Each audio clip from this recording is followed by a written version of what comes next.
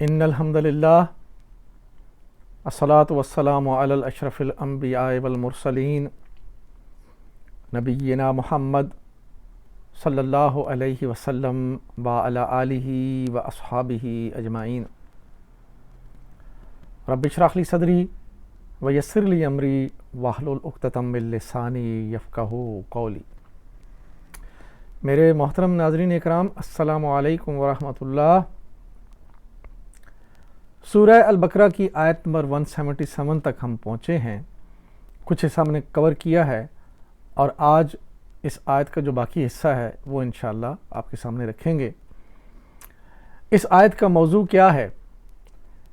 اس آیت کا موضوع شروع ہوتا ہے کہ نیکی یہ نہیں ہے کہ آپ مشرق کی طرف منہ کر لیں یا مغرب کی طرف منہ کر لیں، مگر نیکی کیا ہے؟ نیکی اللہ پہ ایمان، اللہ کی کتابوں پہ ایمان، فرشتوں پر ایمان اور اللہ کے انبیاء پر ایمان، اور اس کے بعد پھر اس ایمان کے مطابق جو اعمال ہیں وہ انشاءاللہ آج بتائے جائیں گے۔ اور یہ اس بات کا جواب ہے کہ جب قبلہ کی تحویل کا فیصلہ ہوا تو یہود اور نصارہ، خصوصی طور پر یہود، انہوں نے واویلا مچایا اور کہا کہ یہ کیسے لوگ ہیں، پہلے ان کا قبلہ جو ہے، اول ہمارا جو قبلہ تھا وہاں اس طرف منہ کر کے یہ پڑھتے تھے نمازیں، اب اچانک انہوں نے خانہ کعبہ کی طرف منہ کرنا شروع کر دیا ہے۔ تو اس کے جواب میں اللہ تعالیٰ نے فرمایا کہ یہ مشرق و مغرب کا معاملہ نہیں ہے، اصل معاملہ ہے ایمان باللہ، یعنی اللہ پہ ایمان کا تقاضا یہ ہے کہ جو اللہ کی طرف سے حکم آئے منوعاً اس پہ عمل کرو۔ اور اللہ تعالیٰ نے یہ فرما دیا کہ اس فیصلے میں اللہ تعالیٰ یہ دیکھنا چاہ رہے تھے کہ کون اللہ کے نبی کی پیروی کرتا ہے اور کون اپنے ایڑیوں کے بل پھر جاتا ہے۔ تو اللہ تعالیٰ کی طرف سے جو بھی حکم آتا ہے وہ ہمارے لیے امتحان ہے کہ ہم اس پر کیسے پورا اترتے ہیں، کیسے اس کو قبول کرتے ہیں، کیسے اس پر عمل کرتے ہیں۔ تو یہ ہے آج کی آیت مبارکہ۔ چلتے ہیں آیت کی پریزنٹیشن کی طرف۔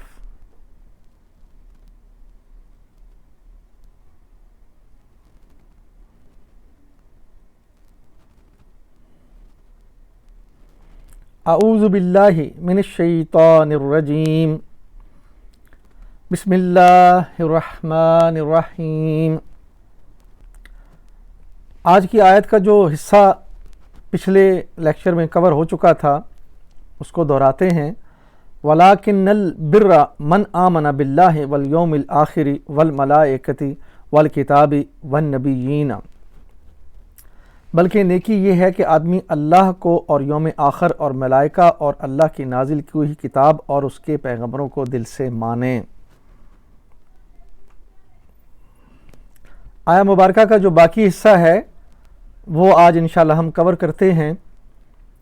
وَآتَ الْمَالَ عَلَىٰ حُبِّهِ ذَوِي الْقُرْبَىٰ وَالْيَتَامَىٰ وَالْمَسَاكِينَ وَابْنَ السَّبِيلِ وَالسَّائِلِينَ وَفِي الرِّقَابِ وَأَقَامَ الصَّلَاةَ وَآتَى الزَّكَاةَ وَالْمُوفُونَ بِعَهْدِهِمْ إِذَا عَاهَدُوا وَالصَّابِرِينَ فِي الْبَأْسَاءِ وَالضَّرَّاءِ وَحِينَ الْبَأْسِ أُولَٰئِكَ الَّذِينَ صَدَقُوا وَأُولَٰئِكَ هُمُ الْمُتَّقُونَ۔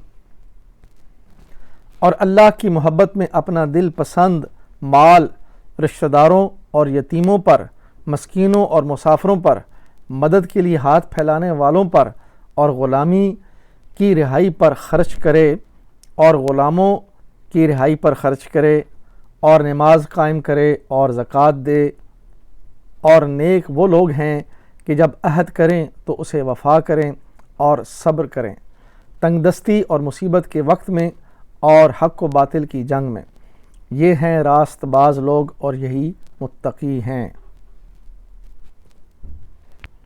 ناظرین، آپ نے آیات کا ترجمہ ملاحظہ کیا۔ اللہ تعالیٰ نے فرمایا کہ نیکی یہ نہیں ہے کہ مشرق یا مغرب کی طرف منہ کر لو، مگر نیکی ایمان کا تقاضا ہے، وہ ایمان کہ اللہ پر ایمان ہو، اللہ کے نبیوں پر، اللہ کی کتابوں پر، یوم آخرت پر، ملائکہ پر۔ تو پھر جو اللہ کی طرف سے بات آئے اسے منوعاً قبول کریں، اور پھر نیکی کرنے والے لوگ ہیں ان کے بارے میں فرمایا کہ یہ وہ لوگ ہیں جو اپنے مال سے اپنے غریب رشتہ داروں پہ خرچ کرتے ہیں، یتیموں اور مسکینوں پر خرچ کرتے ہیں، اور مسافروں پر خرچ کرتے ہیں، اور گردنیں چھڑانے پر خرچ کرتے ہیں۔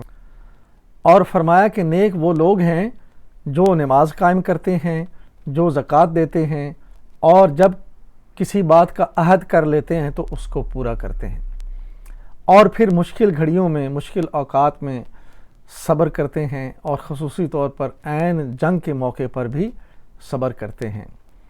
اور اللہ نے فرمایا کہ یہ وہ لوگ ہیں جو اپنے اس دعوے میں، ایمان کے دعوے میں سچے ہیں، اور پھر یہی لوگ ہیں جو متقی ہیں۔ تو نیکی کا جو تصور ہے وہ اس آیت میں اللہ تعالیٰ نے واضح فرما دیا۔ اس آیت کو آیت البر بھی کہتے ہیں، یعنی نیکی کی پہچان کی آیا۔ اور اس میں خاص طور پر یہ فرمایا گیا کہ پہلے تو ایمان کے بارے میں بتایا، کیا کیا ایمان رکھتے ہیں وہ لوگ، اور پھر وہ معاشرے میں غریبوں، مسکینوں، غریب رشتہ داروں اور مشکل حالات میں پڑے لوگ، اور جو خاص طور پر جن کی گردنیں پھنسی ہیں، چاہے وہ غلام ہوں، چاہے وہ کسی قرض میں دبے ہوں، تو ان لوگوں کی مدد کرتے ہیں۔ اور پھر اس سے ہٹ کے اگلی بات فرمائی کہ نماز قائم کرتے ہیں اور زکوٰۃ دیتے ہیں۔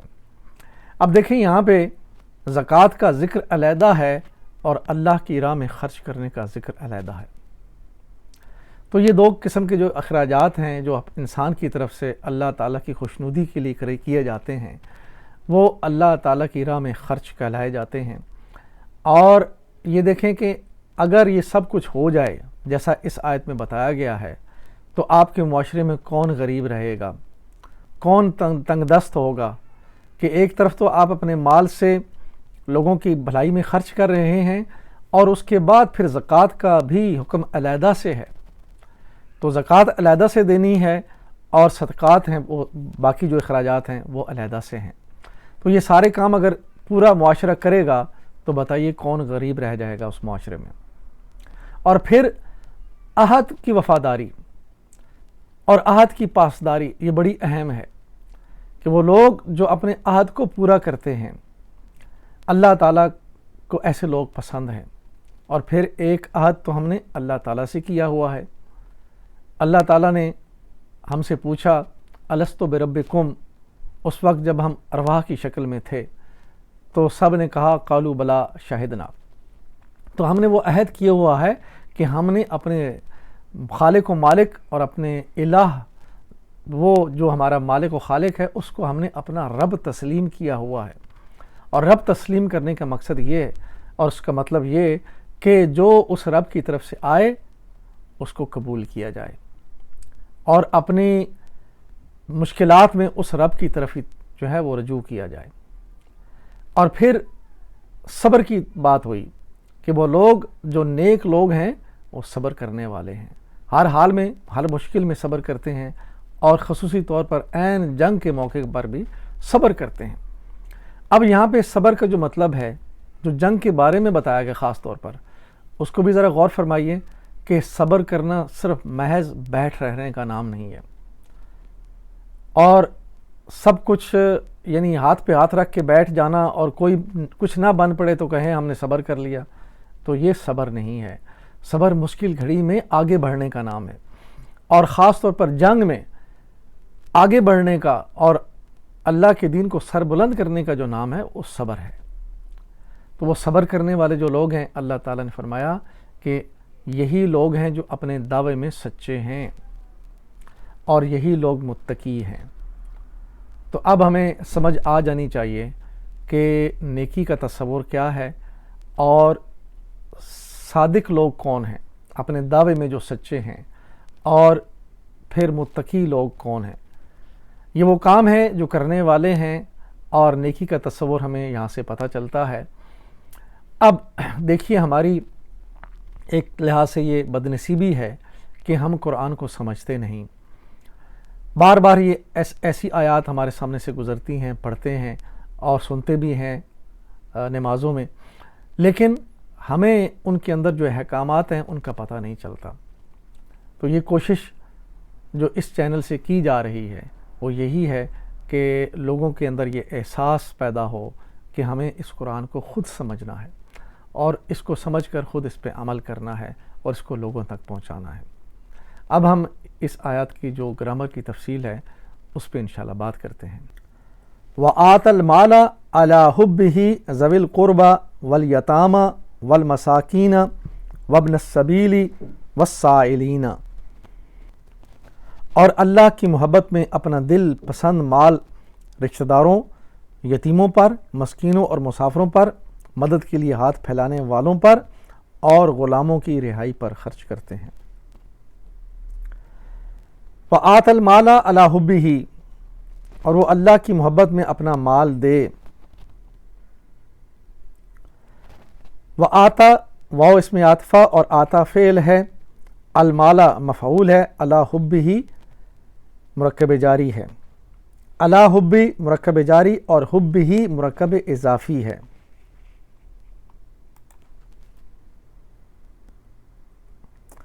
وآت المالا، آتا کا مادہ حمزہ تا یا، باب اسلمہ ماضی کا پہلا صیغہ، آتا مضارع کا پہلا صیغہ، یوتی اسلمہ یسلمو، آتا یوتی، آتا کدھر ہے؟ اسلمہ کے وزن پہ، ماضی واحد غائب مذکر کے لیے، اس نے دیا، واو عاطفہ اور المالا یہ مفعول بہ ہے آتا کا،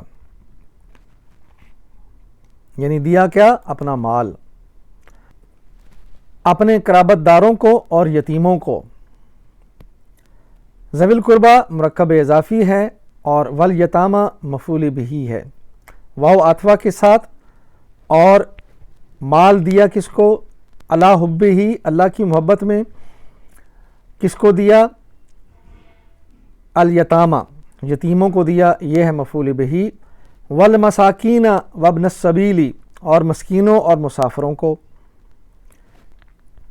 اس میں واو عاطفہ ہے، المساکین یہ معطوف ہے، اور ابن السبیل مسافر یہ بھی معطوف ہے، اور یہ آتا کے ساتھ اس کا لنک ہے، اور مالا دیا کیا؟ مال کس کو؟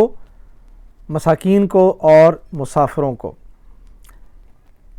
وابن السبیل یہ مرکب اضافی بنتا ہے، والسائلین اور ہاتھ پھیلانے والوں کو، واو عاطفہ، سائلین معطوف ہے، اور یہ مفعول بہ ہے، کس کا؟ آتا کا، یعنی مال کس کو دیا؟ یتیموں کو، مسکینوں کو، مسافروں کو، اور سائلین جو مانگنے والے، ہاتھ پھیلانے والے ہیں۔ تو یہ عاطفہ اور معطوف، اس کی تفصیل ہم دیکھتے ہیں۔ آت المال علی حبہ والمساکین وابن السبیل والسائلین وفی الرقاب، واو عاطفہ اور آگے معطوف۔ معطوف کیا ہے؟ حرف عاطفہ کے بعد کا اسم حرف عاطفہ سے پہلے والے اسم کا تابع ہوتا ہے۔ آت المال علی حبہ ذوی القربى والیتیمہ، دیکھیں آت المال، اللہ کی محبت میں مال دیا کس کو؟ ذوی القربى رشتہ داروں کو، اور پھر آت المال کس کو دیا؟ الیتامى یتیموں کو، اور پھر وہی آگے آت المال پھر واو عاطفہ کے ساتھ جب لنک ہوتا ہے تو پھر مالا کس کو دیا؟ المساکین، اور پھر ابن السبیل، السائلین وفی الرقاب۔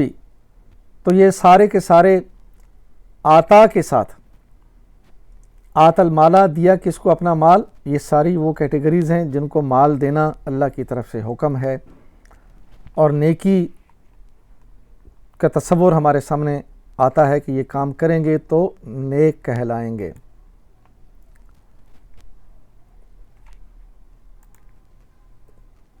وفی الرقاب واقام الصلاۃ وآت الزکاۃ والموفون بعہدہم اذا عہدوا والصابرین، اور غلاموں کی رہائی پر خرچ کرے، اور نماز قائم کرے اور زکوٰۃ دے، اور نیک وہ لوگ ہیں کہ جب عہد کریں تو اسے وفا کریں اور صبر کریں۔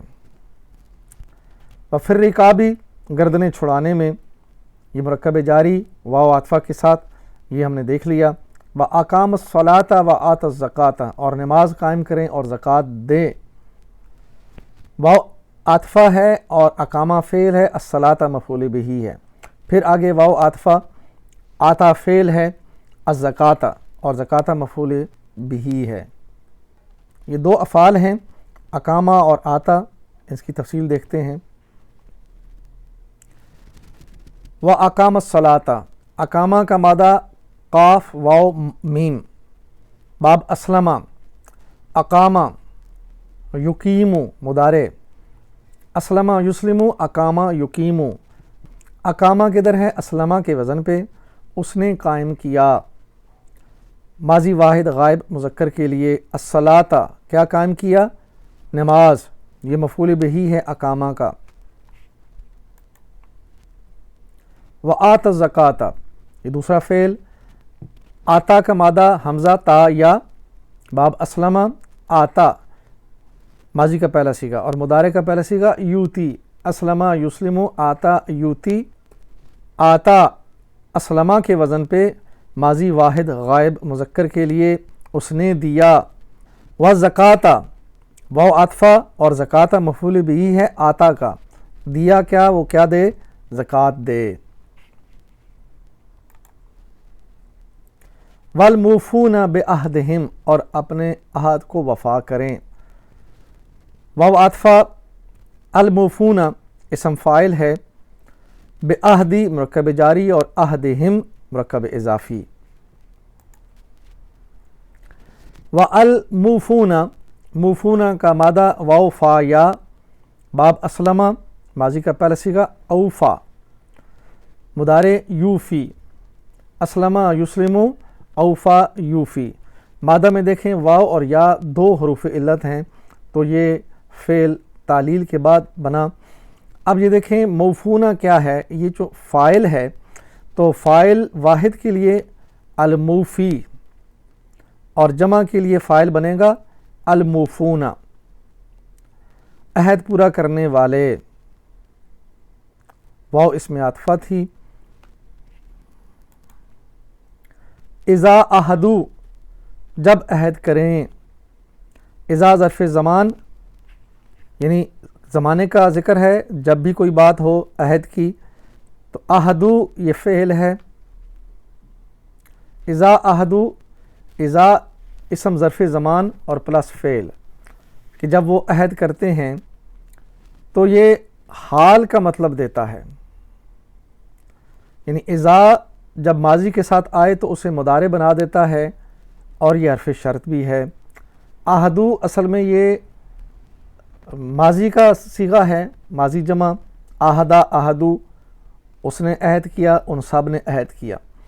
لیکن اذا کے ساتھ جب آیا، ظرف زمان بنا، تو وہ ظرف زمان کیا ہوتا ہے؟ وہ اسم جو کسی وقت کا تعین کر رہا ہو، اسم ظرف زمان کہلاتا ہے۔ تو اذا جب ماضی کے ساتھ آئے تو اس کو مضارع کر دیتا ہے، تو یہاں بھی عہدو کو مطلب اس نے مضارع میں دیا کہ جب وہ عہد کرتے ہیں، یعنی جب وہ عہد کرتے ہیں، یہ ان کا عمل ہوتا ہے، تو پھر اس کو پورا کرتے ہیں۔ تو یہ اذا کا عمل ہے، اس کی تفصیل آپ پڑھ لیجئے۔ والصابرین، اور صبر کریں۔ واو عاطفہ اور الصابرین اسم فاعل ہے۔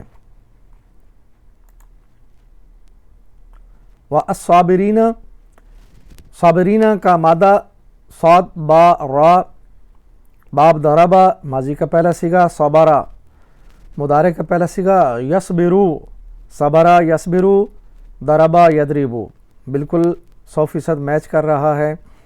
فاعل واحد کے لیے الصابر اور جمع کے لیے الصابرون، جیسے فاعل اور فاعلون، اسی طرح الصابر اور الصابرون۔ الصابرین اسم منصوب ہے واو عاطفہ کے ساتھ، صبر کرنے والے۔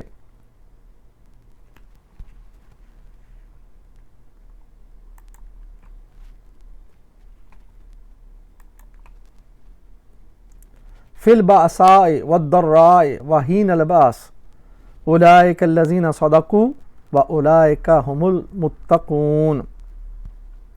تنگ دستی اور مصیبت کے وقت میں اور حق و باطل کی جنگ میں یہ ہیں راست باز لوگ اور یہی متقی ہیں۔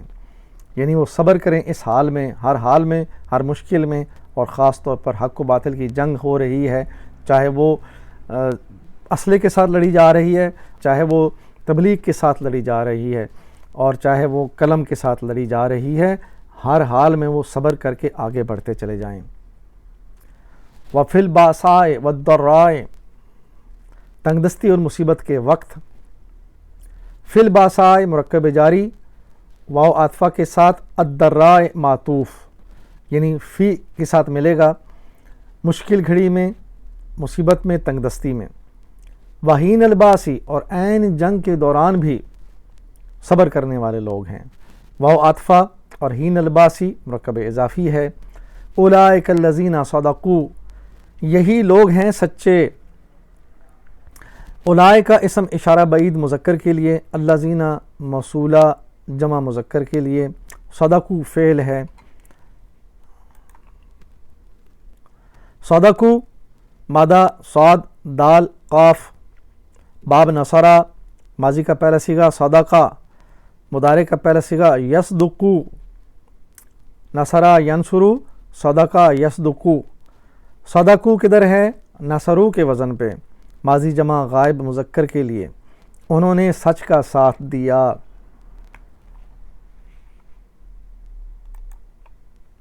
وَأُولَٰئِكَ هُمُ الْمُتَّقُونَ، اور ہاں یہی لوگ متقی ہیں۔ واو عاطفہ اور آگے معطوف اولئک، ہم المتقون، یعنی اسم اشارہ بعید مذکر، ہم متقون، یہ جملہ حصر ہے۔ جملہ حصر کیا ہوتا ہے اس کی تفصیل دیکھ لیتے ہیں۔ واو عاطفہ کے ساتھ اولئک ہم المتقون، اولئک پلس متقون، یعنی اگر یہ ال کے ساتھ نہ ہو تو اولئک متقون مبتدا اور خبر بنتی ہے، اور جملہ مکمل ہے کہ وہ لوگ ہیں جو متقی ہیں۔ حصر کیا ہوتا ہے؟ حصر کا معنی پیدا کرنے کے لیے کیا ہوتا ہے کہ جو خبر ہے اور جو مبتدا ہے، مبتدا اور خبر کے درمیان میں ایک ضمیر لائی جاتی ہے، جو بات چل رہی ہے جس کے متعلق ہو رہی ہے اس کے مطابق اس کی ضمیر آتی ہے، اور پھر خبر کو ال لگا دیا جاتا ہے، تو ہم اور ال کے اضافے سے یہ حصر پیدا ہوتا ہے۔ یہ تفصیل آپ کے سامنے ہے، اس کو آپ دیکھ لیں۔ اور حصر کا مطلب یہ ہے کہ بہت شدت کے ساتھ اس بات کو بیان کیا جاتا ہے۔ تو یہ دیکھیے جیسے اولئک متقون، اس کا مطلب ہوگا وہ لوگ ہیں جو متقی ہیں جن کی بات ہو رہی ہے، لیکن اولئک ہم المتقون تو مطلب بن جائے گا ہاں وہی لوگ ہیں متقی، خصوصی طور پر ان کا ذکر ہو رہا ہے۔ المتقون مادہ واو قاف یا، باب ہے اختلافا، ماضی کا پہلا صیغہ اتقا، مضارع کا پہلا صیغہ یتقی، اختلافا یختلفو، اتقا یتقی۔ اور اس میں المتقون فاعل ہے، واحد کے لیے فاعل بنے گا المتقی، اور جمع کے لیے المتقون، تقوی اختیار کرنے والے۔